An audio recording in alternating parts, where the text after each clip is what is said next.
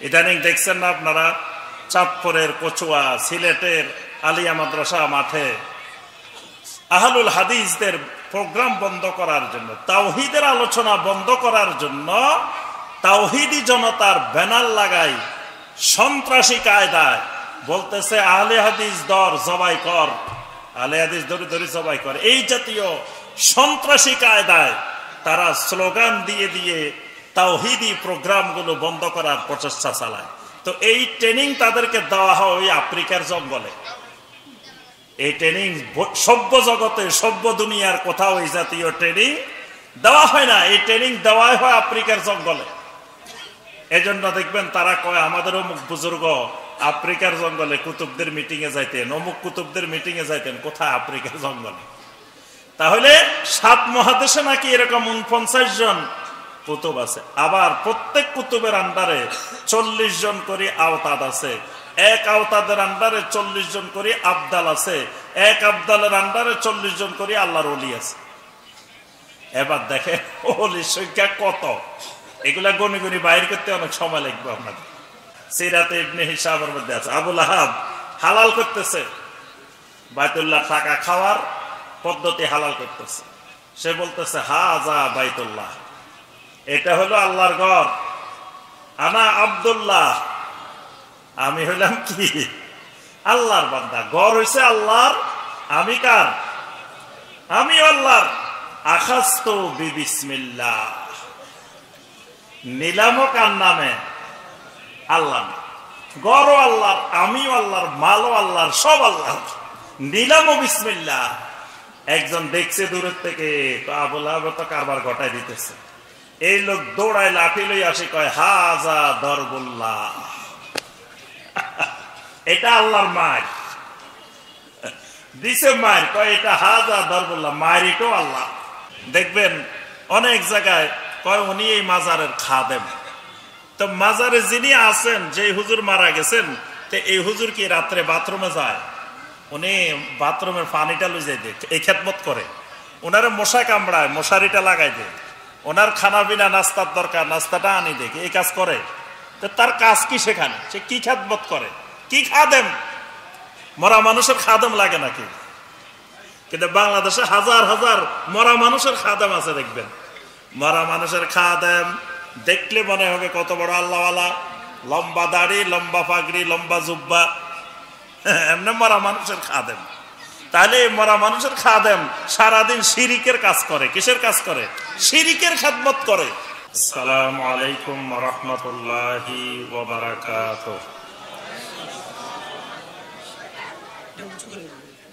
ইন্নাল হামদালিল্লাহ নাহমাদুহু ওয়া নাস্তাঈনুহু ওয়া নাস্তাগফিরুহু ওয়া নাউযু বিল্লাহি মিন শুরুরি আনফুসিনা ওয়া মিন সাইয়্যাতি আ'মালিনা। মান ইয়াহদিহিল্লাহু ফালা মুদিল্লা লাহু ওয়া মান ইউদ্লিল ফালা হাদিয়া লাহু।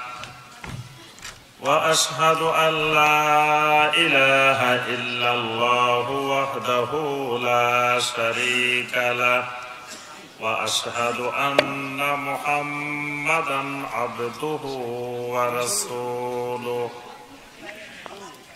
يا أيها الذين آمنوا اتقوا الله حق تقاته ولا تموتن إلا وأنتم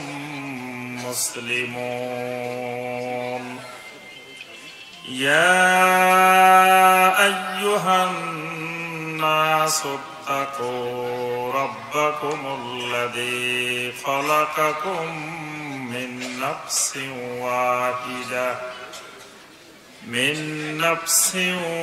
واحدة وخلق منها زوجها وبث منهما رجالا كثيرا ونساء. واتقوا الله الذي تساءلون به والأرحام إن الله كان عليكم رقيبا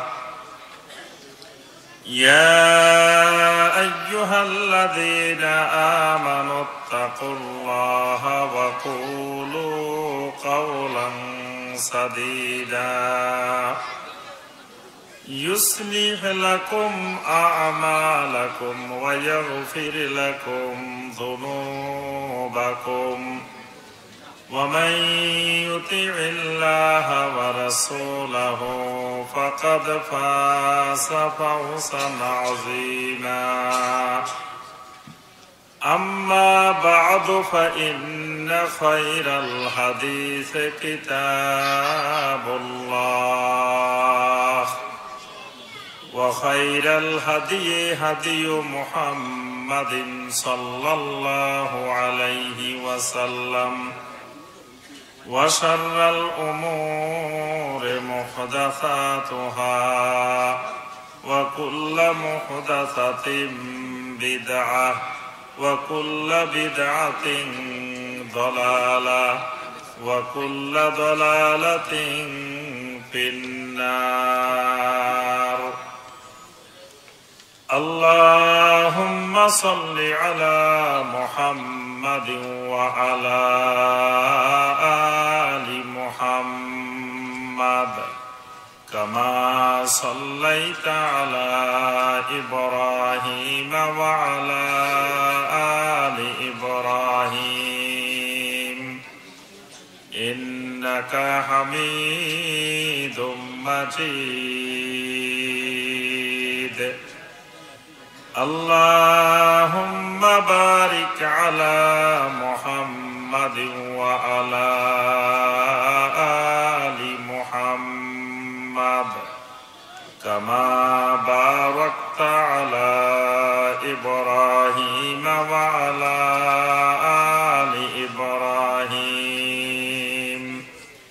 إنك حميد مجيد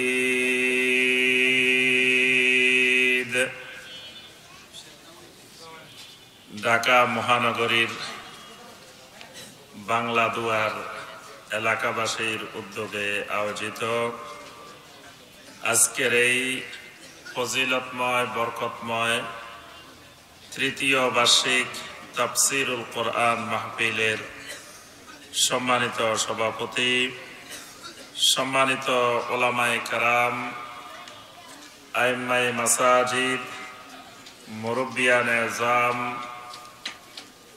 আমার অত্যন্ত মহব্বতের স্নেহের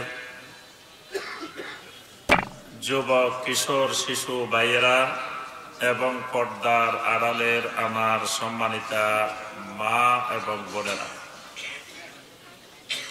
আল্লাহ রাব্বুল আলামিনের দরবারে কোটি কোটি শুকরিয়া যে মহান রাব্বুল আলামিন আমাদেরকে দীর্ঘ সময় ধরে অনেক বিজ্ঞ ওলামায়ে কেরামদের নিকট থেকে কোরআনে কারীম এবং সহিহ হাদিসের আলোকে অনেক গুরুত্বপূর্ণ বয়ান শোনার পরে আজকের তাফসীরুল কোরআন মাহফিলের একেবারে শেষ পর্যায়ে এসে আল্লাহ রাব্বুল আলামিন আমাদেরকে সংক্ষিপ্তভাবে কিছু কথাবার্তা বলার এবং শোনার তৌফিক দিয়েছেন।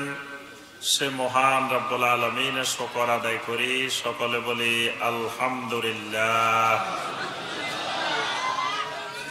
মাশাআল্লাহ, আলহামদুলিল্লাহর আওয়াজ আমাদেরকে প্রমাণ দিয়েছে এতক্ষণ পর্যন্ত ওলামায়ে কেরাম যে আলোচনা করেছেন এর মাধ্যমে আমাদের ঈমান বৃদ্ধি পেয়েছে। আপনাদের ঈমান বাড়ছে তো? অনেকের বাড়ে নাই, না বাড়ছে না কমছে তো বুঝতে পারতেছি না। কি ঈমান বাড়ছে? ওই যে মাঝখান দিয়ে বাড়ে নাই। কি ঈমান বাড়ছে আপনাদের? আলহামদুলিল্লাহ, একবারে পিছনে পর্যন্ত সবার আলহামদুলিল্লাহ ঈমান বেড়ে গেছে। আর সবচেয়ে বড় কথা, সালাফি মানহাজের আহলুল হাদিসের মাহফিলে আসলে ঈমান বাড়তেই হবে, ঈমান না বেড়ে উপায় নাই। কারণ এইসব মাহফিলে শুধুমাত্র আল্লাহ রাব্বুল আলামিনের কথা আলোচনা হয়, নবী সাল্লাল্লাহু আলাইহি ওয়াসাল্লামের কথা আলোচনা হয়। এর বাহিরে এখানে কোনো গানও হয় না, কোনো কিচ্ছা কাহিনীও হয় না, হাসি তামাশা গল্প গুজবও হয় না। তাহলে এখানে আসলে একজন ইমানদারের ঈমান অবশ্যই বাড়বে। কারণ আল্লাহ রাব্বুল আলামিনের ঘোষণা, ইন্নামাল মুমিনুনা আল্লাযীনা ইযা যুকিরাল্লাহু ওয়াজিলাত কুলুবুহুম ওয়া ইযা তুলিয়াত আলাইহিম আয়াতুহু যাদাতহুম ঈমানা। সুবহানাল্লাহ। আল্লাহ রাব্বুল আলামিন এই আয়াতে কারিমায় ঘোষণা করেন, যখন আল্লাহ রাব্বুল আলামিনের জিকির হয় তখন ঈমানদারের অন্তরগুলো প্রকম্পিত হয়, অন্তরের ভিতরে ভীতি সৃষ্টি হয়, অন্তর আল্লাহর ভয়ে প্রকম্পিত হয়। ওয়া ইযা তুলিয়াত আলাইহিম আয়াতুহু যাদাতহুম ঈমানা। কোরআনে কারীমের আয়াতগুলো যখন তেলাওয়াত করা হয় তখন ঈমানদারদের ঈমান আরো বেড়ে যায়। সুবহানাল্লাহ। তাহলে আমাদের ঈমান আগের তুলনায় বাড়ছে তো নাকি? আল্লাহ পাক আমাদের ঈমানকে আরো বাড়িয়ে দিন। ঈমান থাকলে ঈমান বাড়বে, ঈমান কমবে। আল ঈমান ইয়াজিদু ওয়া ইয়ানকুসু। ঈমান বাড়েও ঈমান কমেও। তো ঈমানে নাই, বাড়বো কি কমবো কি? ঈমান যদি থাকে তাহলে বাড়বো অথবা কমবো। ঈমানে যদি না থাকে তো বাড়ারও সম্ভাবনা নাই, কমারও সম্ভাবনা নাই। সম্মানিত ভাই ও বোনেরা, আমার সময় কম, অল্প সময়। আমার পরে আরো সম্মানিত শায়েখ ডক্টর সাইফুল্লাহ আল মাদানী হাফিজাহুল্লাহ, ওনার আলোচনা এখনো বাকি আছে। তাহলে লম্বা সময় আলোচনা করার সুযোগ নাই। আমাদের মূল ক্লাসে চলে আসে। মূল ক্লাস ঘোষণা হয়েছে কি বিষয়ের উপরে? ওয়ামা ইউমিনু আকসারুহুম বিল্লাহি ইল্লা ওয়া হুম মুশরিকুন। আল্লাহ রাব্বুল আলামিনের ঘোষণা, সূরা ইউসুফের 106 নম্বর আয়াত। আল্লাহ রাব্বুল আলামিন এখানে ঘোষণা দিয়েছেন, ওয়ামা ইউমিনু আকসারুহুম বিল্লাহি, তাদের অধিকাংশই আল্লাহর উপরে ঈমান আনে, আল্লাহকে বিশ্বাস করে। ইল্লা ওয়া হুম মুশরিকুন, আল্লাহকে বিশ্বাস করার পরেও তারা মুশরিক। তাহলে এই কথাটা আমাদেরকে একটু বোঝা দরকার। আল্লাহরে বিশ্বাস করে আবার এরা কি মুশরিক। তাহলে বিষয়টা কেমন মনে হয় না? আমরা মনে করি মুশরিক মানে কাফের মানে আল্লাহ মানে না, কিন্তু আল্লাহ বলতেছেন না, আমি আল্লাহকে বিশ্বাস করে আবার এরা কি মুশরিক। তাহলে জিনিসটা বোঝার জন্য সংক্ষেপে আমরা কয়েকটা দিক আলোচনা করার চেষ্টা করব ইনশাআল্লাহ। এটা আমরা সংক্ষেপে আলোচনা করলেই বুঝে যাব বর্তমানে আমরাও যারা আল্লাহকে বিশ্বাসের ঈমানের দাবিদার, আসলে আমরা ঈমানদার আছি কি না। নবী সাল্লাল্লাহু আলাইহি ওয়াসাল্লামের যুগে যেই মানুষগুলো মুশরিক ছিল, যাদেরকে আমরা মুশরিক বলি, যেমন ধরেন আবু জাহাল, আবু লাহাব, উতবা, সাইবা, ওয়ালিদ ইবনে মুগীরা, আখনাস ইবনে শুরাইক লানাতুল্লাহি আলাইহিম, এই মানুষগুলা কি, এদেরকে কি হিসাবে আমরা চিনি? মুশরিক। এরা কি ছিল? মুশরিক ছিল। এখন কথা হলো, এই মুশরিক মানুষগুলো আল্লাহকে বিশ্বাস করত কিনা? আল্লাহ রাব্বুল আলামিনকে এরা বিশ্বাস করত। কেমনে বুঝলাম আমরা বিশ্বাস করত? আল্লাহ রাব্বুল আলামিন কোরআনে কারিমে অনেক জায়গায় এরা যে আল্লাহকে বিশ্বাস করত, এটা আল্লাহ পাক আমাদের সামনে তুলে ধরেছেন। আমরা কয়েকটা আয়াতে কারিমা দেখবো, তাহলে বুঝতে পারবো যে এরা আল্লাহ রাব্বুল আলামিনকে বিশ্বাস করত।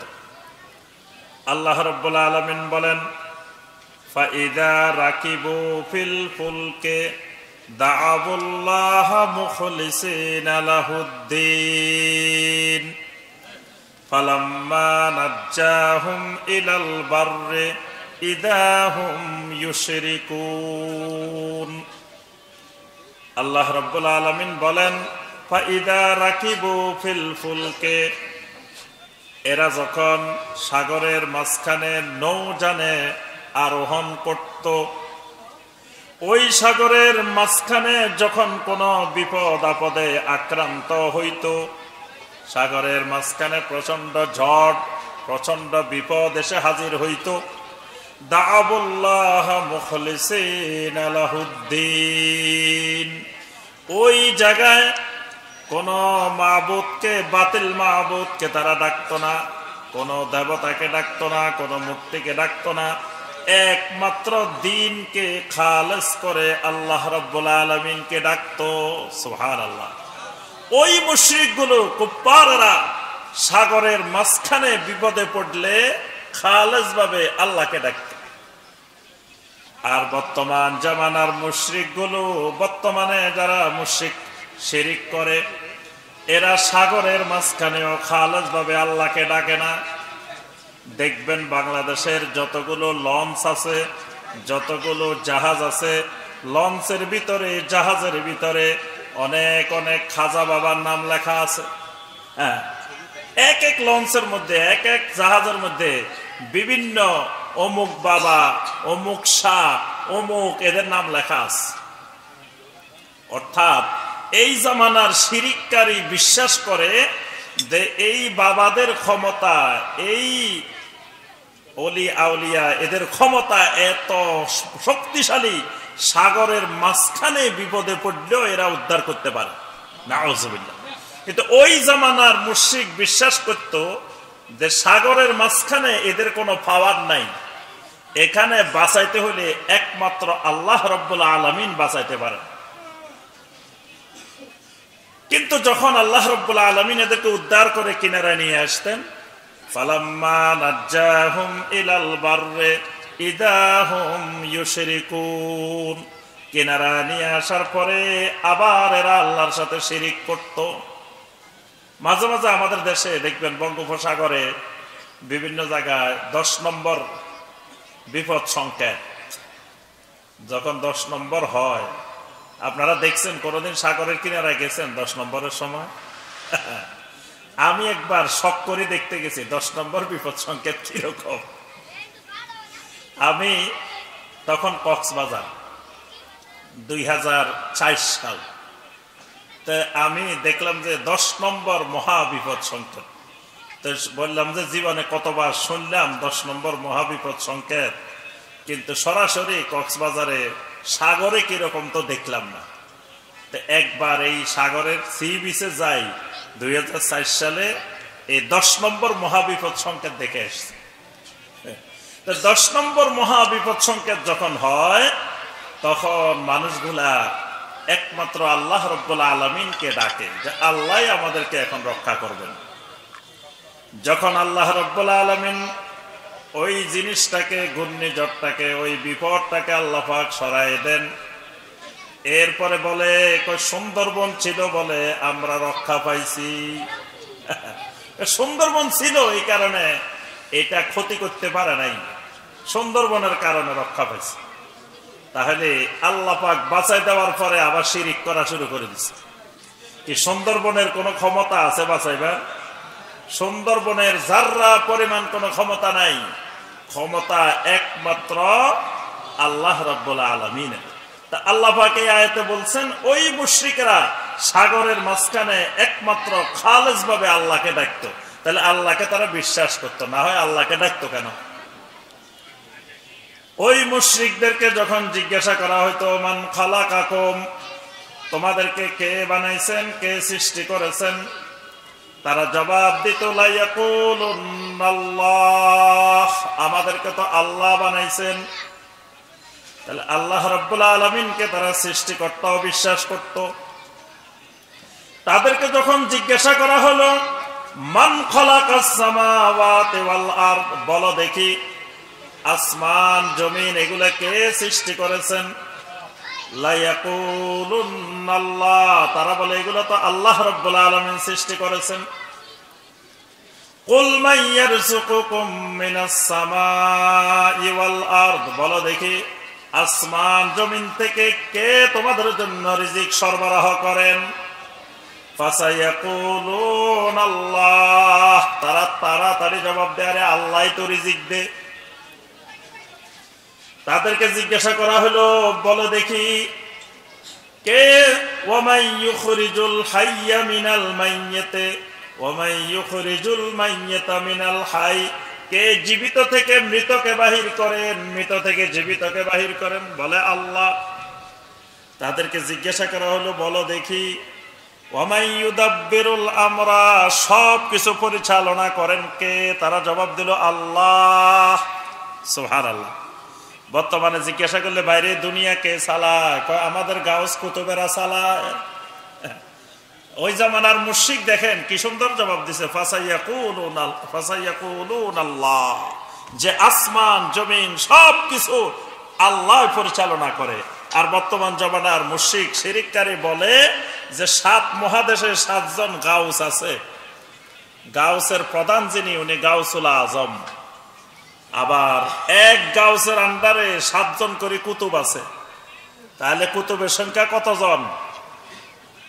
দেখি পুরান ঢাকার বাইরা অঙ্কে কিরকম।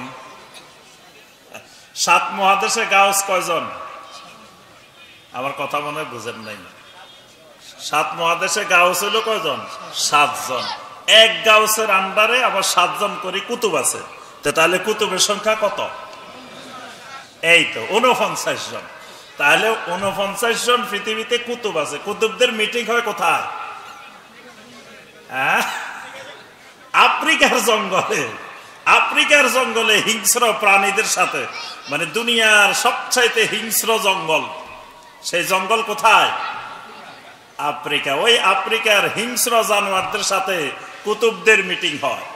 আর ওই মিটিং থেকে প্রশিক্ষণ নিয়ে এসে বাংলাদেশে তাওহীদি জনতার ব্যানার দিয়ে তাওহীদের আলোচনাকে বন্ধ করার জন্য রাস্তায় নামে।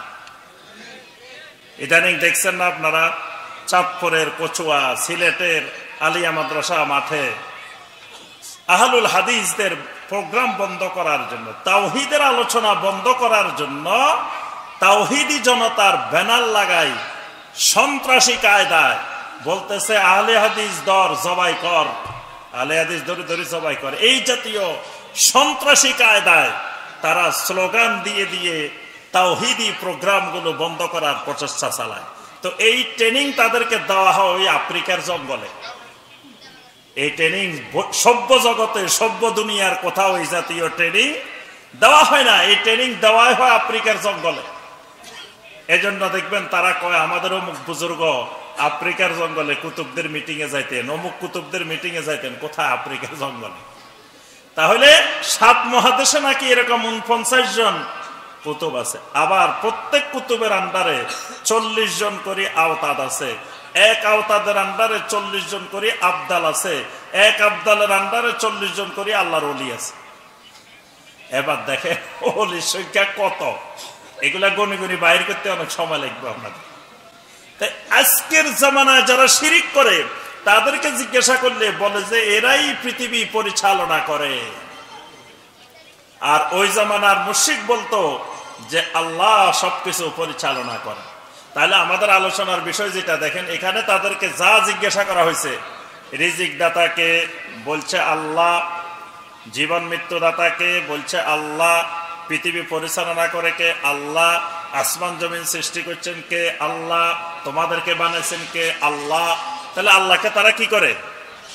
বিশ্বাস করে, আল্লাহর উপর ঈমান আনে, আল্লাহ আছে এটা জানে। আল্লাহ পাক কোরআনে কারিমে সূরা মারিয়ামে সারা দুনিয়াবাসীকে একটা প্রশ্ন করে বলছেন, হাল তা'লামু লাহু সামিয়্যা। ও দুনিয়াবাসী, নূহ আলাইহিস সালামের যুগ থেকে এই পর্যন্ত শিরিক চলতেছে দুনিয়ার মধ্যে। কোন এক জায়গায় তোমরা দেখছো নাকি আমি আল্লাহর নামে কোন দেবতার নাম মুশরিকেরা রাখছে? দেখেন নূহ আলাইহিস সালামের যুগ থেকে হাজার হাজার বছর জমিনে শিরিক চলতেছে, কত মূর্তি, কত দেবতা, কত কিছু বানানো হয়েছে, কিন্তু আল্লাহ নামে কোন মূর্তি, কোন দেবতা পৃথিবীর কোথাও বানানো হয় নাই। কেন হয় নাই? কারণ তারা আল্লাহকে বিশ্বাস করে, আল্লাহ আছেন এটা তারা বিশ্বাস করে, আল্লাহকে অনেক ক্ষমতার মালিক এটাও তারা বিশ্বাস করে। আবু জাহেল, আবু লাহাবদের একটা দোয়া শুনেন, আল্লাহ রাব্বুল আলামিন কোরআনে কারিমে এদের একটা দোয়া উল্লেখ করে দিয়েছেন, আল্লাহুম্মা ইন কানা হাযা হুয়াল হাক্কা মিন ইনদিক ফাআমতির আলাইনা হিজারাতাম মিনাস সামাহ। মুশরিকরা আল্লাহর কাছে দোয়া করে, আল্লাহুম্মা, আয় আল্লাহ। বর্তমান জামানার শিরিককারীরা দোয়া করে, ইয়া গাউসুল আজম, ইয়া খাজা, ইয়া রফাই, ইয়া দাসুকি, এভাবে নাম ধরে ধরে এদেরকে ডাকে। কিন্তু ওই জামানার মুশরিক দোয়া করতেছে আল্লাহর কাছে, আল্লাহুম্মা ইন কানা হাযা হুয়াল হাক্কা মিন ইনদিক, যদি মুহাম্মদ সাল্লাল্লাহু আলাইহি ওয়াসাল্লাম আল্লাহর পক্ষ থেকে সত্য নবী হয়, তার দাওয়াত যদি হক হয়, ফাআমতির আলাইনা হিজারাতাম মিনাস সামাহ, তাহলে আমাদের উপরে আসমান থেকে পাথরের বৃষ্টি নাজিল করেন।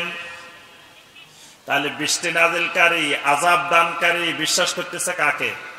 আল্লাহ রাব্বুল আলামিনকে। দোয়া করতেছে আল্লাহ রাব্বুল আলামিনের কাছে, কারণ জানে আল্লাহ ছাড়া কেউ পাথরের বৃষ্টি নাজিল করতে পারে না। তাহলে তারা আল্লাহকে কিভাবে বিশ্বাস করে দেখছেন। এরপরে দেখেন হজের মৌসুম আসলে আল্লাহর ঘরে দলে দলে হজ করে। বাইতুল্লাহ যে আল্লাহর ঘর এটা তারা পরিপূর্ণরূপে বিশ্বাস করে। বাইতুল্লাহকে কি বিশ্বাস করে? আল্লাহর ঘর।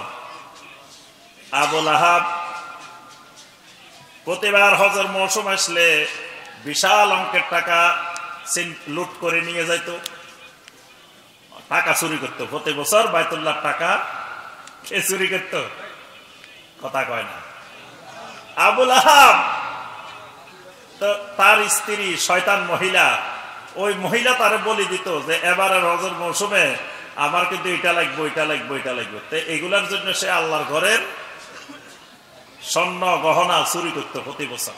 হজের সময় লোকেরা দিয়ে যেত, হে কিছু চুরি করে রাখে দিত। তো একদিন সে হালাল করতেছে, সিরাতে ইবনে হিশামের মধ্যে আছে, আবু লাহাব হালাল করতেছে, বাইতুল্লাহ টাকা খাওয়ার পদ্ধতি হালাল করতেছে।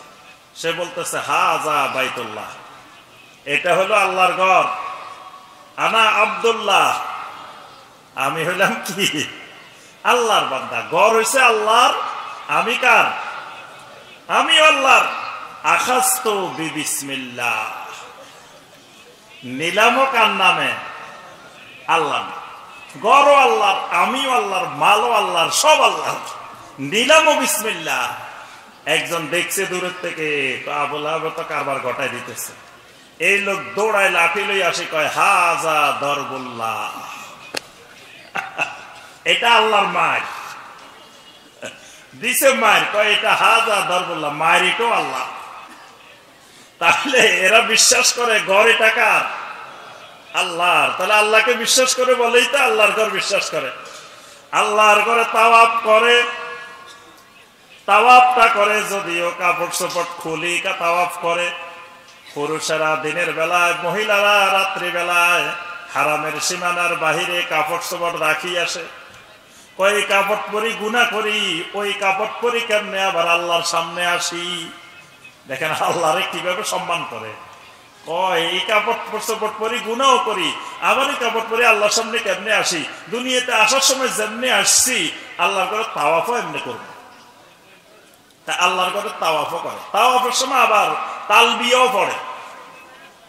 ইব্রাহিম আলাইহিস সালামের শিক্ষা দেওয়া তালবিয়াকে এরা পরিবর্তন করে ফেলছে।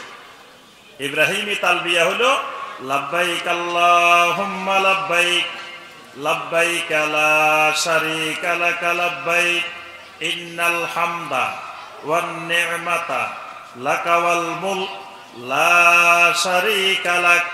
এটা হলো ইব্রাহিমী তালবিয়া। এই আরবের মুশরিকেরা তালবিয়ার পরিবর্তন করছে, পরিবর্তন করে কেমনে বানাইছে?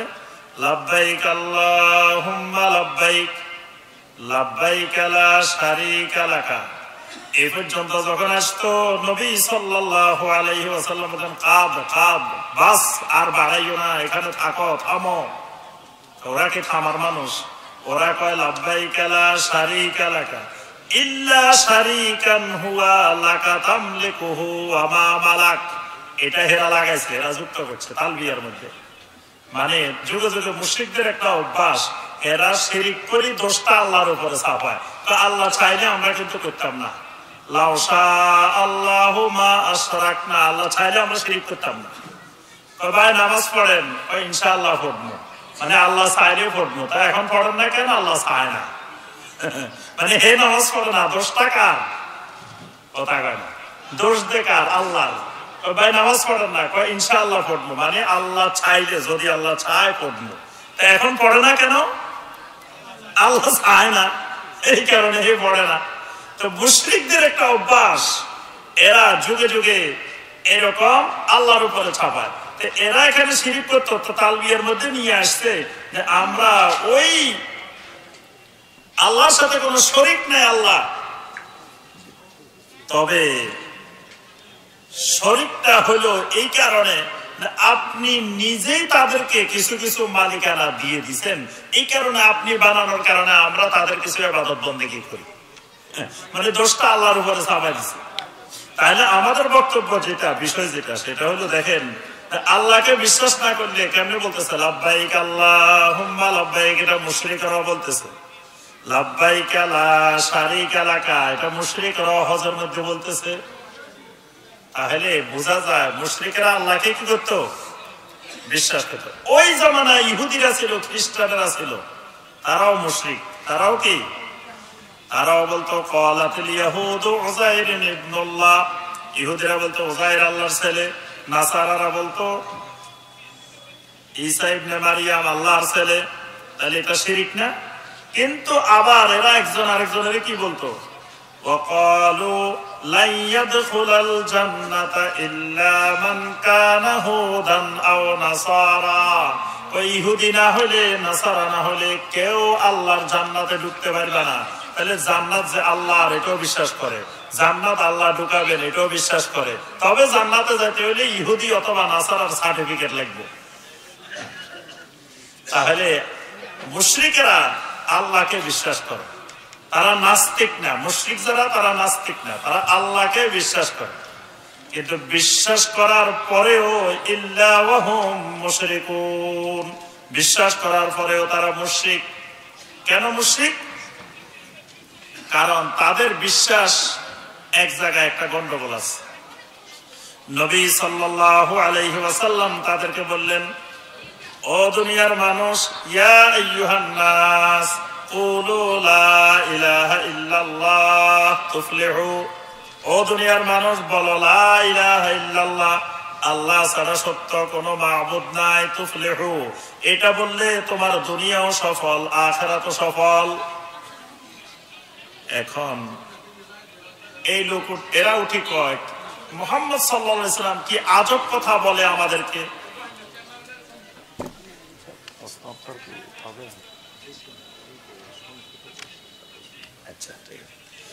এখন নবী সাল্লাল্লাহু আলাইহি ওয়াসাল্লাম যখন তাওহীদের দাওয়াত দিলেন, এখন এরা উঠি কি বলে জানেন? এরা কিন্তু আল্লাহকে বিশ্বাস করে, আল্লাহকে বিশ্বাস করে, কিন্তু লা ইলাহা ইল্লাল্লাহ বলবে না। আল্লাহকে বিশ্বাস করে কিন্তু লা ইলাহা ইল্লাল্লাহ বলতে রাজি নাই। কারণ কি? কারণটা হলো সূরা সাদের ৫ নম্বর আয়াতে কারিমা আল্লাহ পাক বলেন, তারা বলল আজআলাল আলিহাতা ইলাহান ওয়াহিদা ইন্না হাযা লাশাইউন উজাব।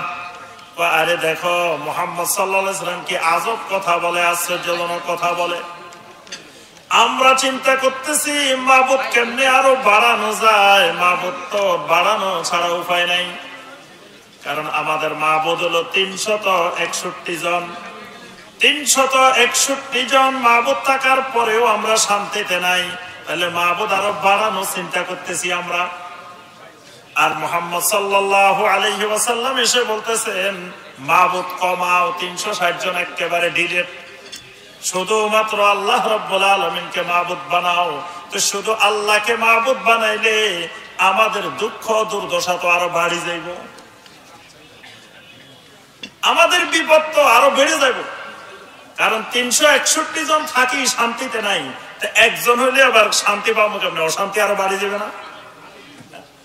যদি আমাদের মাননীয় প্রধান উপদেষ্টা বলেন বাংলাদেশের 64 জেলায় 64 জন ডিসি আছেন, এসপি আছেন, এগুলোর দরকার নাই, সব কাজ আমি একা করবো, এবার তো আমাদের দুশ্চিন্তা শেষ নাই। কিরে, এমনি এতগুলা থাকি আমরা শান্তিতে নাই, নিরাপত্তায় নাই, কত কষ্টে আছি, এখন কয় সব বাদ উনি একা করব, তাহলে কেমনে হবে? আরবের মুশরিকেরা কয় এতগুলো থাকার পরেও শান্তিতে নাই, অশান্তির মধ্যে আছি। আমরা ভাগ ভাগ করে নিছি, ছেলে সন্তানের দরকার হইলে, কারো সন্তান হয় না এই মাহবুদের কাছে যাই, কারো ব্যবসায় উন্নতি হয় না এই মাহবুদের কাছে যাই, কারো অসুস্থতা এই মাহবুদের কাছে যাই, কারো এটা দরকার এই মাহবুদের কাছে যায়, দায়িত্ব ভাগ ভাগ করে রাখছি। এখন যদি সব দায়িত্ব আল্লাহ রাব্বুল আলামিনের উপরে চলে যায়, তাহলে আমাদের অবস্থাটা কি হবে? ওয়ামা কাদারুল্লাহ হাক্কা কাদরিহি, এরা মূলত আল্লাহ রাব্বুল আলামিনের ক্ষমতা সম্পর্কে অবগত না, আল্লাহরে চিনতে পারে নাই। এই শিরিকের মূল কারণ আল্লাহ রাব্বুল আলামিনকে যথাযথভাবে চিনতে না পারা, আল্লাহর ক্ষমতা সম্পর্কে তাদের পরিপূর্ণ জ্ঞান না থাকা। তারা আল্লাহ রাব্বুল আলামিনকে মাখলুকের উপরে কিয়াস করে বসে আছে। এই কারণে দেখবেন আজকের জামানায় যারা শিরিক করে তাদেরকে যদি বলেন তোমার এই সমস্ত শিরিক ছাড়ো, তখন তারা বলে খবরদার খবরদার, বুঝতে পারছি এরা ওলিয়া উলিয়ার দুশ্মন, আমরা এসব ওলিয়া উলিয়াদেরকে ছাড়া যাবে না। কারণ এসব ওলিয়া উলিয়া ছাড়া আল্লাহকে পাওয়া যাবে না, আল্লাহর মুকাররাবিন হওয়া যাবে না, যেটা আরবের মুশরিকরা বলতো। সূরা জুমারের 3 নম্বর আয়াতে আল্লাহ পাক বলছেন ওয়াল্লাযীনা ইত্তাখাযু মিন দুনিহি আউলিয়া মা না'বুদুহুম ইল্লা লিয়ুকাররিবুনা ইলাল্লাহি যুলফা। তারা বলতো যে এই সমস্ত মাবুদেরা আমাদেরকে আল্লাহর মুকাররাবিন বানাই দিবেন, নৈকট্য প্রাপ্ত বানিয়ে দিবেন। তা আমরা যদি এসব ওলিয়া উলিয়া ছাড়ি দিই, তাহলে আমাদেরকে আল্লাহ পর্যন্ত পৌঁছাবে কে? মুর্শিদ তো আমার আল্লাহকে পাওয়ার মাধ্যম, তাহলে আমি আল্লাহকে পাবো কেমনে? মানে তাদের চিন্তা চেতনা শিরিককারীদের যে আল্লাহকে সরাসরি পাওয়া যায় না, আল্লাহকে পাইতে হইলে ওলিয়া উলিয়াদের মাধ্যমে আল্লাহর কাছে যাইতে হয়। কারণ আল্লাহকে সবারই চিনে নাকি? এই আল্লাহ আমাদেরকে চিনেন? কথা কয় না, আল্লাহ আমাদেরকে চিনেন? অবশ্যই চিনেন, ভালো করে চিনেন, সবাইকে চিনেন। আমি আপনি নিজেকে যত বেশি না চিনি, তার থেকে আল্লাহ রাব্বুল আলামিন আমাকে আপনাকে বেশি চিনেন। কিন্তু শিরিককারীরা মনে করে যে মনে হয় আল্লাহ আমাকে চিনে না। কেন মনে করে? ওই যে মাখলুকের মতো মনে করে যে এই এলাকার এমপি সাহেব সব মানুষের কি চিনে নাকি? তাহলে একজন দুইজনের চিনে, এই একজন দুইজন নিয়ে এমপি সাহেবের কাছে গেলে তাহলে কাজটা সুন্দর মতো হইব। এখন ওই লোক ছাড়া সরাসরি চলে গেছে। আল্লাহর কাছে যদি সরাসরি যায় তাহলে আল্লাহকে কেমনে পাবে? তাহলে মাধ্যম ধরে এইসব ব্যক্তিদের মাধ্যমে আল্লাহর কাছে যাওয়া লাগবে। এই মাধ্যম ধরার চিন্তা চেতনা, এটা আরবের মুশরিকদের বড় ধরনের চিন্তা চেতনা ছিল। আবার আরেকটা চিন্তা চেতনা, যদি কিয়ামতের ময়দানে আমার টিকিট না থাকে তাহলে কি হবে? ঈদের সময় বাসেও উঠা যায় না, ট্রেনেও উঠা যায় না, লঞ্চেও উঠা যায় না, তাহলে ঈদের 10 দিন আগে 8 দিন আগে টিকিট কাটি রাখতে হয়। এখন কিয়ামতের ময়দানে কারো বাস থাকবো, কারো ট্রেন থাকবো, কারো লঞ্চ থাকবো, কারো জাহাজ থাকবো, এক একজন এক একটা নিয়ে রওনা দিবে। তা আমার যদি কোনোটার টিকিট না থাকে তাহলে কিয়ামতের ময়দানে আমার অবস্থা কি হবে? কি কোনোটার টিকিট নেন নাই, বাসেরও টিকিট কিনেন নাই, লঞ্চেরও টিকিট কিনেন নাই, জাহাজেরও কিনেন নাই, ট্রেনেরও কিনেন নাই, কিয়ামতের ময়দানে কোনটাতে উঠবেন? শিরিককারীদের বিশ্বাস কিয়ামতের ময়দানে প্রত্যেক এই সমস্ত খাজা বাবারা এক একজন এক একটা বাস নিয়ে, ট্রেন নিয়ে, জাহাজ নিয়ে, লঞ্চ নিয়ে বসে থাকবে। তাহলে যে কোনো একটা টিকিট নিতে হইব, টিকিট ছাড়া কেমনে হবে? আল্লাহ পাক সূরা ইউনূসের 18 নম্বর আয়াতে কারিমা বলছেন, ওয়ায়াবুদুনা মিন দুনিল্লাহি মা লা ইয়াদুররুহুম ওয়া লা ইয়ানফাউহুম ওয়ায়াকুলুনা হাউলাই শুফাআউনা ইনদাল্লাহ। এরা তো আল্লাহর কাছে আমাদের জন্য সুপারিশ করবে, তাহলে সুপারিশকারী লাগবে। তাহলে দেখেন, আল্লাহকে বিশ্বাস করে, কিন্তু আল্লাহ রাব্বুল আলামিনকে বিশ্বাস করার পরেও শিরিকের মধ্যে নিমজ্জিত থাকে। তা আমার সম্মানিত ভাই ও বোনেরা, আমাদের সমাজে চতুর্দিকে তাকালে দেখবেন শিরিক আর শিরিক, শিরিক আর শিরিক। এমনি সবাই পাক্কা ইমানদার, পাক্কা মুসলিম। পৃথিবীর সবচেয়ে আজব দেশ আমাদের এই উপমহাদেশ। মরা মানুষের খাদেম আছে, মরা মানুষের খাদেম। মরা মানুষের খাদেম দেখছেন? ওরে দেখে নাই বলে, মরা মানুষের খাদেম দেখছেন? দুনিয়ার সব জায়গায় জিন্দা মানুষের খাদেম থাকে, বাংলাদেশে মরা মানুষের খাদেম আছে। দেখবেন অনেক জায়গায় কয় উনি এই মাজারের খাদেম। তো মাজারে যিনি আছেন, যে হুজুর মারা গেছেন, তো এই হুজুর কি রাত্রে বাথরুমে যায়? উনি বাথরুমের পানিটা লুই যাই দেয়, এই খেদমত করে। ওনারে মশা কামড়ায়, মশারিটা লাগাই দেয়। ওনার খানা পিনা নাস্তার দরকার, নাস্তাটা আনি দেখ, এই কাজ করে। তো তার কাজ কি সেখানে? সে কি খেদমত করে? কি খাদেম? মরা মানুষের খাদেম লাগে নাকি? কিন্তু বাংলাদেশে হাজার হাজার মরা মানুষের খাদেম আছে। দেখবেন মরা মানুষের খাদেম দেখলে মনে হবে কত বড় আল্লাহওয়ালা, লম্বা দাড়ি, লম্বা পাগড়ি, লম্বা জুব্বা, এমনি মরা মানুষের খাদেম। তাহলে এই মরা মানুষের খাদেম সারাদিন শিরিকের কাজ করে। কিসের কাজ করে? শিরিকের খেদমত করে।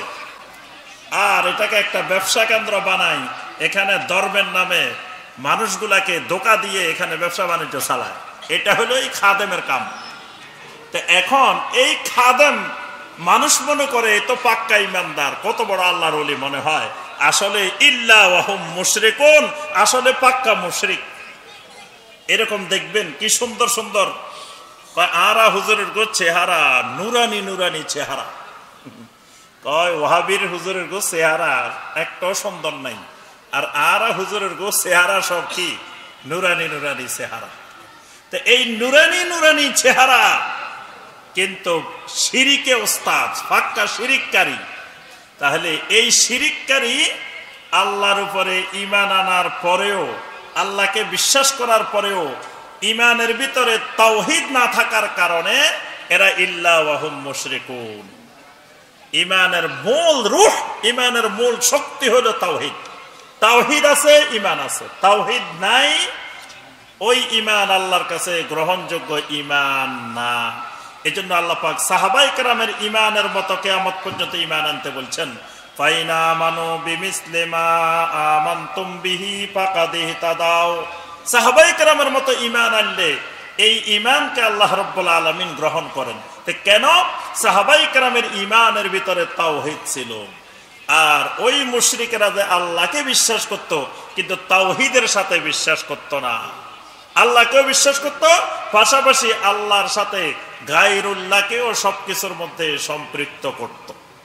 বর্তমানেও আল্লাহকে বিশ্বাস করে, সমস্ত গায়রুল্লাহকে আল্লাহর ইবাদতের মধ্যে সম্পৃক্ত করে নিচ্ছে। তাওহীদের অভাব, তাওহীদ সম্পর্কে কোনো জ্ঞান নাই, পড়াশোনা নাই।